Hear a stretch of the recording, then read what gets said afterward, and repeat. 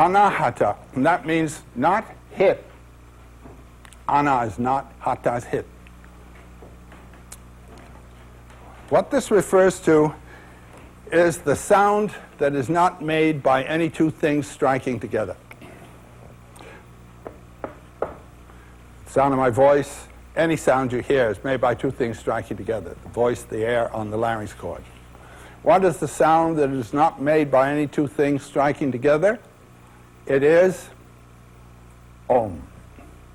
It is the sound of the energy of the universe of which all things are manifestations. The energy is what underlies all the forms, E equals mc squared. And the sound of that energy is said to be Om. Now, Om can be written in Roman letters either as OM or as AUM. O in Sanskrit is analyzed into A and U. AUM, the four-element syllable. The four elements are A, U, and the silence out of which Om comes and back into which it goes. The Indians will always recognize that ground in silence, in the infinite, in transcendent, in the void. Kali. Om pronounced starts in the back of the mouth, then fills the mouth cavity, oo, and closes at the lips, When properly pronounced, you have made all the noises. And so all words are simply fragments of Om.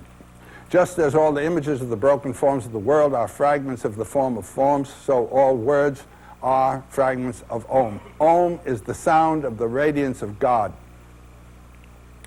Om is discussed in the Mandukya Upanishad. There's a very interesting two-page Upanishad, Mandukya, Mandukya, in terms of the four steps, the four stages. A is associated with waking consciousness, the gross bodies of the forms in which we dwell, and of which we are one.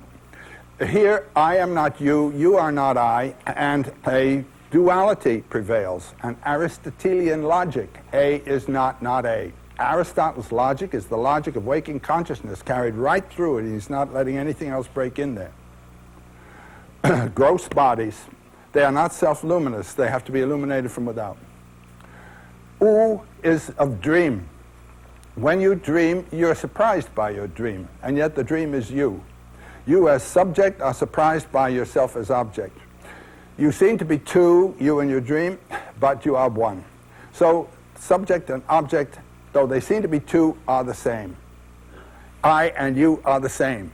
This is the breakthrough of the metaphysical realization that the two that seem to be separate are really one. And this is the midway point to transcendence, to realizing relationship as identity. Also, the objects of dream are subtle objects, self-radiant, changing form rapidly. Dream, vision, God. The gods and heavens and hells are what might be called the cosmic aspect of dream. And the dream is the personal aspect of myth. Dream and myth are of the same order. They're of the order of U, dream consciousness. And you and your God are one, just as you and your dream are. And your God isn't my God.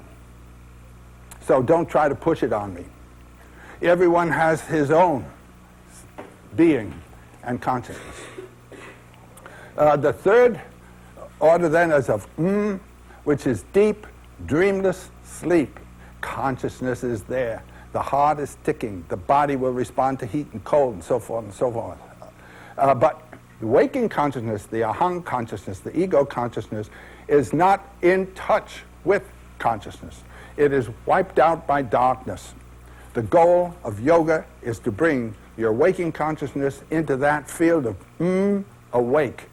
And then what it will experience is undifferentiated consciousness.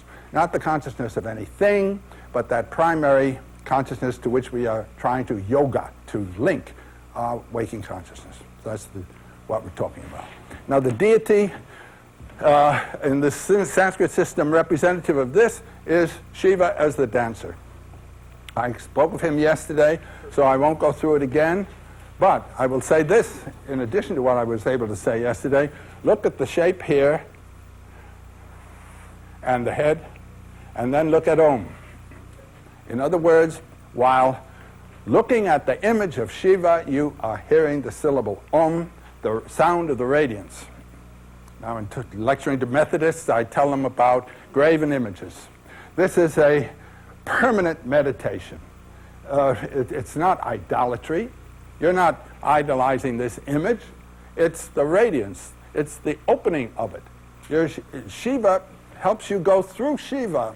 You don't stop with him. And this is the little dwarf forgetfulness on whom he is dancing. Fascinated by the serpent of the world, ignorant of the fact of this weight on his back, just as we all are. Shiva's right there waiting for us to recognize him.